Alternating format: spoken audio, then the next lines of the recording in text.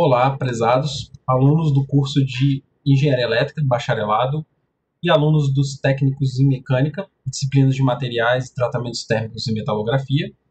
Essa é a nossa parte D, ou parte 4 da aula de transformação de fases, tá? Vamos continuar o que estávamos vendo na aula anterior, tá? Só para nos situarmos, na aula anterior nós vimos o começo de cinética das transformações entre duas fases sólidas, ok?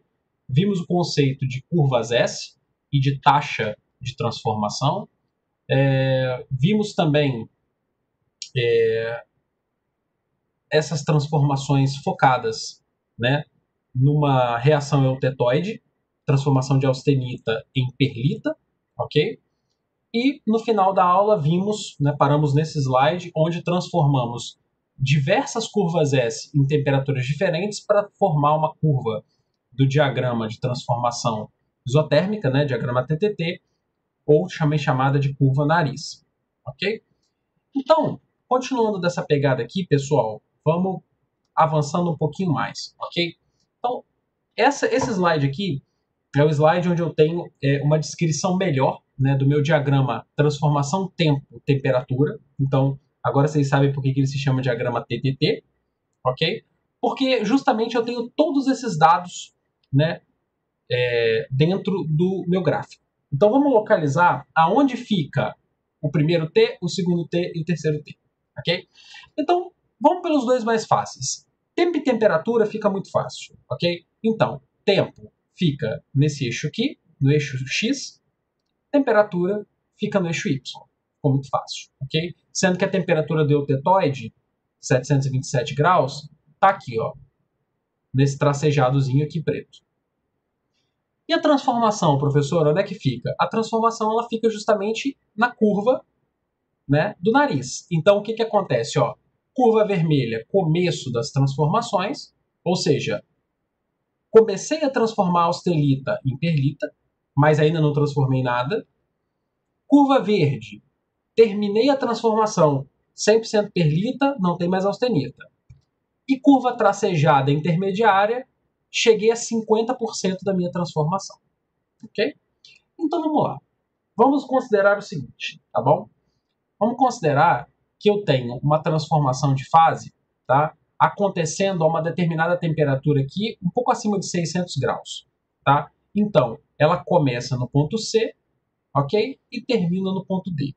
E aí, eu tenho uma ilustração aqui da microestrutura de como é que isso acontece, ok? No ponto C, começando a transformação, eu ainda tenho 100% de austenita, ou seja, só fase gama. Então, a minha microestrutura ela fica como essa microestrutura roxinha aqui, ok?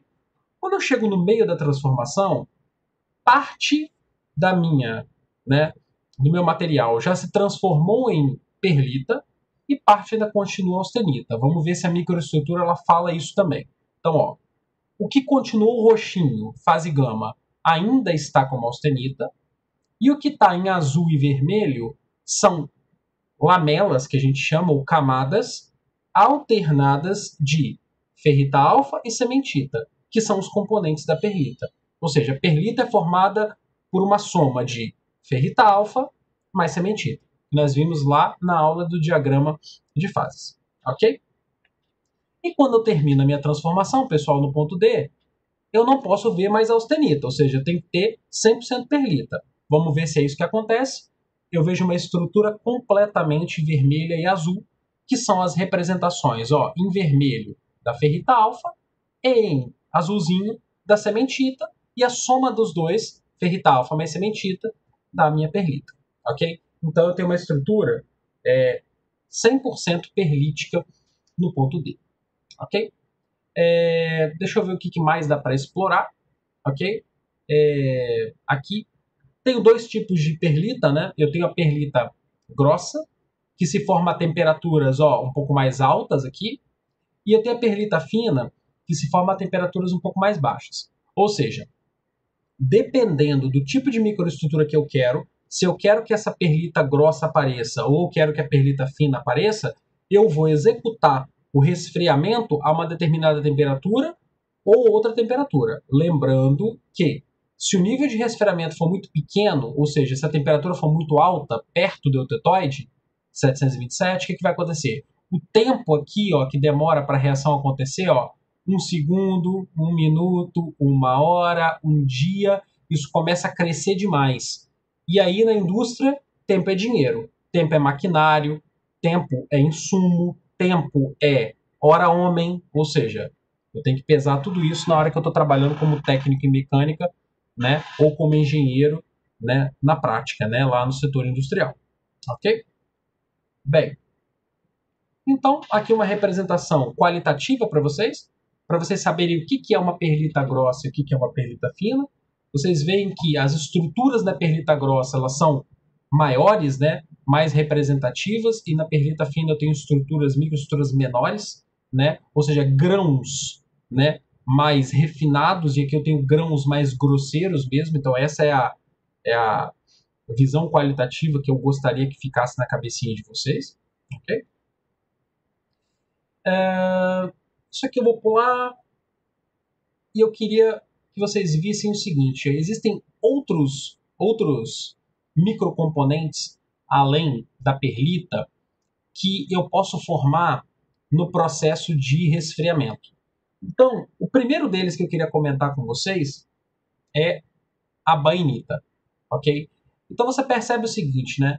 O que é a bainita? Eu tenho uma foto da bainita aqui do ladinho, que seria toda esse rastro, essa mancha toda aqui, ó, que aparece da parte inferior esquerda até a superior direita. Então eu tenho aqui, né, uma matriz aqui formada por cementita e ferrita, que seriam os componentes iguaizinhos os da perlita, envolvido, né, por uma matriz aqui, né, por um invólucro de martensita, que é um outro componente. Então, o que acontece? Como que a bainita se forma? Veja o seguinte, vamos para o diagrama TTT que a gente vai entender melhor, tá? Então, veja, até uma certa temperatura, aqui, ó, mais ou menos 550 graus, eu tenho a curva do nariz, e dentro dessa curva do nariz, perceba, eu tenho, antes de entrar na reação, só austenita. Dentro do nariz eu tenho uma mistura de austenita mais perlita, e acabando a reação para cá eu tenho só perlita. Só que se eu começo a descer muito essa temperatura, eu começo a formar outros microcomponentes, ok? Então o que acontece? Abaixo dos 550 graus, eu posso formar também austenita e bainita. A bainita, ela tem os mesmos componentes da perlita, ferrita alfa e cementita, mas ela tem uma geometria, uma estrutura de grãos diferente da perlita, ok? Então aqui, abaixo dessa temperatura, eu formaria austenita mais bainita, ok? Então eu tenho o campo da perlita e tenho o campo da bainita. É mais uma informação para vocês que existem outras microestruturas que não a perlita, vou mostrar algumas delas que são importantes. E novamente, pessoal, qual a importância de saber disso? A importância de saber disso é o seguinte: normalmente o engenheiro metalurgista que está trabalhando no setor industrial, ele sabe exatamente a microestrutura que ele quer formar. Então, o que ele faz? Ele desenha o processo de resfriamento, de transformação de fase de austenita para o campo de baixo, em ferrita alfa e cementita, de forma a que os componentes que apareçam na microestrutura sejam exatamente aqueles que ele quer. Tantos por cento disso, tantos por cento daquilo, tantos por cento de perlita, tantos por cento de bainita, e por aí vai. Ok? Tranquilo? Na verdade, transformação de perlita e bainita, elas não aparecem juntas, né? Porque se eu resfriar abaixo dessa temperatura, só aparece bainita. Se eu resfriar acima dessa temperatura, só aparece perlita. Então, essas duas não dão para aparecer juntas. Mas existem outras que a gente vai ver mais para frente, que elas conseguem aparecer juntas na microestrutura, tá bom? Então, a bainita é um componente importante, né? A perlita nós já vimos, né? Desde o início estamos falando dela. Esferoidita, outro componente importante. Como é que a esferoidita ela é formada? A esferoidita, ela não é uma estrutura de equilíbrio, então ela não vai aparecer em diagrama nenhum, diagrama ferro-carbono, nem nenhum outro diagrama. Então como é que eu formo ela, né? Eu pego uma estrutura, por exemplo, de perlita, que seja, tá? Partículas que tenham ferrita alfa e que tenham cementita, e eu reaqueço essa liga até uma temperatura próximo do eutetoide, um pouco abaixo. Por exemplo, 727 graus é o tetóide. Eu reaqueço a 700 graus e deixo lá um período longo de tempo. Algumas horas ela aquecida naquela temperatura. Ok? E depois eu resfrio. O que vai acontecer? Vai haver uma tendência, ok, dos grãos de sementita, que são esses grãos em cinza, e a matriz mais clarinha é a matriz de ferrita alfa. Vai haver uma tendência desses grãos, que eram mais alongados na perlita, que eram aquelas lamelas alongadas, de formarem estruturas mais esféricas, mais redondinhas. E por isso que esse microcomponente ele é chamado de esferoidita. Agora vamos entender o seguinte, por que uma coisa que era alongada, que tinha, digamos assim, um contorno de grão maior, ela reduz o seu tamanho e forma esferas? Isso aqui eu consigo explicar com um exemplo prático que vocês conseguem entender na vida de vocês do dia a dia. Normalmente quando tem uma gota de água, né, o formato esférico de uma gota de água na hora que você coloca ela em cima de uma superfície é para minimizar as tensões superficiais entre a água e o ar que está em volta. Então aqui é basicamente a mesma coisa, mas aqui a gente está trabalhando com o conceito de energia. Quando você reaquece, a sementita ela procura reduzir a sua área de interface com a matriz de forma a baixar o nível de energia. Ou seja, quanto mais baixo é o nível de energia, mais perto de um equilíbrio, digamos assim, de fase, ela estaria. Então, o que acontece? Na natureza, vários fenômenos são assim. Eles buscam justamente estados onde a energia é menor, tá bom? Então, por isso que esses grãos que eram alongados, no caso, se fosse uma estrutura de perlita, quando aquecidos e deixados naquela temperatura perto do tetóide por um bom tempo, se transformam em grãos mais arredondados, mais esféricos, chamados de esferoidita. Ok? Lógico, a esferoidita ela vai ter propriedades mecânicas diferentes da perlita e diferentes da bainita. Ok? Então, novamente, isso é importante saber que existe, por quê? Porque dependendo da microestrutura que você está visando como alvo, você vai ter que fazer um processo como esse para fazer a esferoidita aparecer. Ok? Bem, martensita. Martensita é um tema muito importante. Por que a martensita é um tema muito importante? O que eu quero que fique na cabeça antes da gente conversar sobre detalhes da martensita? A martensita é um componente muito duro nos aços. Ela confere uma dureza muito grande aos aços. Deixa eu só acertar o vídeo aqui, pessoal. Isso. Acho que acertou. Então, o que acontece? Sempre que eu falar de martensita, você tem que estar com essa questão da dureza, das propriedades mecânicas de dureza na cabeça. Então, estruturas com muita martensita são estruturas mais duras. Ok? Agora vamos falar um pouquinho de como a martensita é formada. A martensita ela é formada num processo que, para começar a história, ele não depende de difusão. Então vamos lá. Vou lembrar para vocês onde vocês viram difusão na aula passada comigo. Quando eu pego a austenita, né, uma liga eutetoide, né, e transformo ela em perlita, naquela transformação de fase que a gente viu na aula passada, aquela transformação é uma transformação baseada em difusão. Ela é lenta, ok? Aqui, essa transformação da austenita, né, que é a nossa fase aqui, gama, em martensita, é uma transformação muito rápida. Ou seja, não existe difusão aqui. Se você der tempo para a difusão acontecer, não vai se formar martensita onde acontecer difusão. Vai se formar perlita ou vai se formar bainita. Mas se a reação for rápida do jeito que ela tem que ser, ela vai formar martensita. Então aqui não é uma reação baseada em difusão. Primeiro ponto. Segundo ponto, questão de estrutura cristalina da fase de origem e da fase final. A fase de origem é a austenita, nossa fase gama, que é uma cúbica de face centrada, ok? CFC. Aqui está em inglês, mas traduzindo seria CFC, cúbica de face centrada. Já a estrutura da martensita é uma tetragonal de corpo centrado, que não é uma daquelas estruturas cúbicas clássicas que a gente deu foco na nossa aula de estrutura cristalina.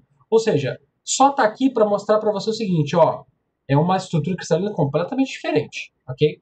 Tetragonal de corpo centrado, tá bom?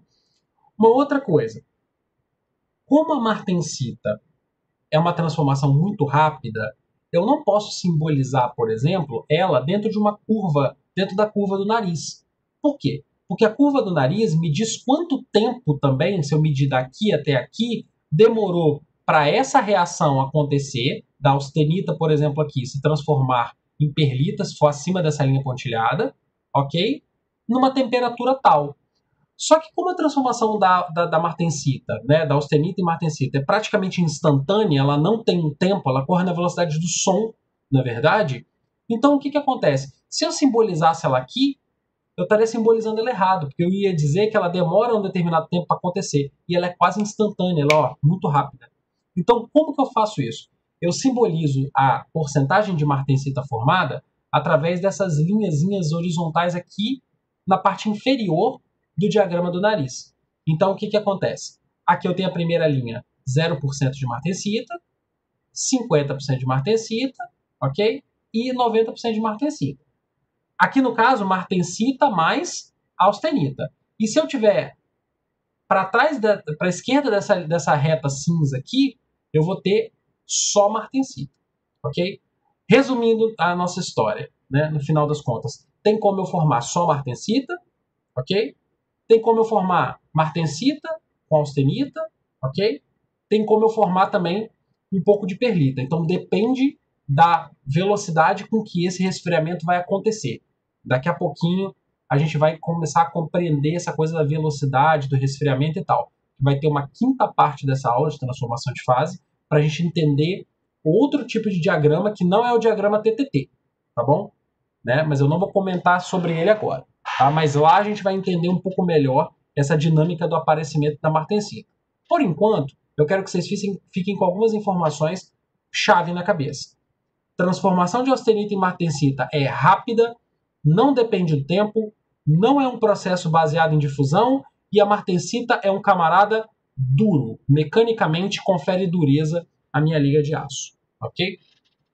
Então, deixa eu dar uma olhada aqui. Tá. Vamos vir até aqui. Deixa eu dar uma olhada no que tem por aqui. Sobre a martensita.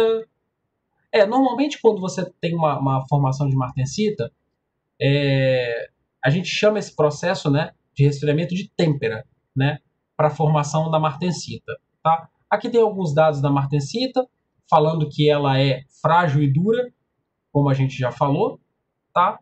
Mas eu acho que a partir daqui já entra na temática da outra aula, né, que seria a temática de diagrama de resfriamento contínuo. Tá? Então, eu vou encerrar essa aula por aqui, para ficar um pouquinho menor, e gravo, né, uma quarta, na verdade, quinta parte, né, parte 5, falando só sobre o diagrama de resfriamento contínuo, que eu quero falar com bastante calma. Então, pessoal, nesta aula, nós aprendemos, né, a ver um pouquinho melhor, a interpretar um pouquinho melhor o diagrama TTT, entendemos por que o diagrama TTT é um diagrama chamado transformação tempo-temperatura. Também entendemos que, além da transformação de austenita em perlita, a gente pode ter outras componentes formadas nesse processo de resfriamento, como, por exemplo, a bainita, okay? A esferoidita e a martensita. Vimos as características dessas três microestruturas diferentes, né? Microcomponentes, na verdade, diferentes, e fechamos aqui o nosso raciocínio sobre o diagrama TTT, tá bom? Então, pessoal, agradeço pela atenção, tá? Pelo foco de vocês que vocês estão tendo até agora. Mantenham a atenção, mantenham os estudos em dia, tá? Tirem dúvidas nos plantões, tá? Os plantões, eles estão lá para isso, tá? Eu tive alguns probleminhas nas últimas semanas com questão de conexão, mas já estão completamente resolvidos, tá? E acessem, tá, os plantões ou mandem as dúvidas para mim por mensagem ou através dos líderes, porque eu sei que esse conteúdo ele tem muito detalhe, é um conteúdo que não é tão facinho de entender, tá? Mas eu gostaria que vocês recorressem mais, tirassem mais dúvidas para poder garantir que vocês estão realmente compreendendo. Até porque a gente vai fazer avaliações também que dependem desses conhecimentos, agora em agosto, e eu gostaria que vocês estivessem com tudo na cabeça, os conceitos todos certinhos, tá bom? Grande abraço, tá? E até a nossa próxima aula.